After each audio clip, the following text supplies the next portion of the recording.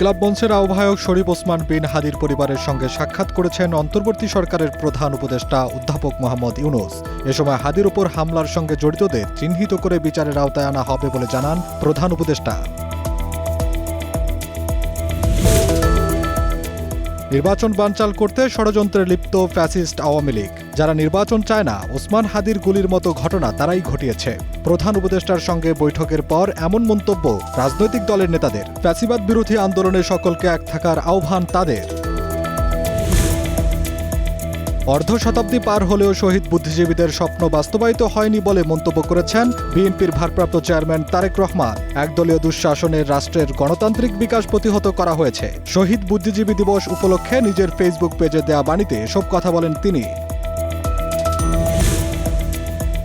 ওসমান হাদিকে বর্তমানে কনজারভেটিভ ম্যানেজমেন্টে রাখা হয়েছে বলে জানিয়েছেন তার চিকিৎসায় গঠিত মেডিকেল বোর্ড।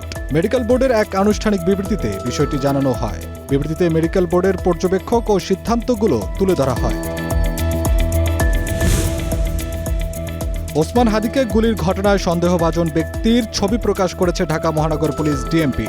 সিসিটিভি ফুটেজ বিশ্লেষণ করে তাকে প্রাথমিকভাবে শনাক্ত করা হয়েছে। হত্যা চেষ্টায় জড়িতদের ধরিয়ে দিতে ৫০ লাখ টাকা পুরস্কার ঘোষণা করেছে সরকার।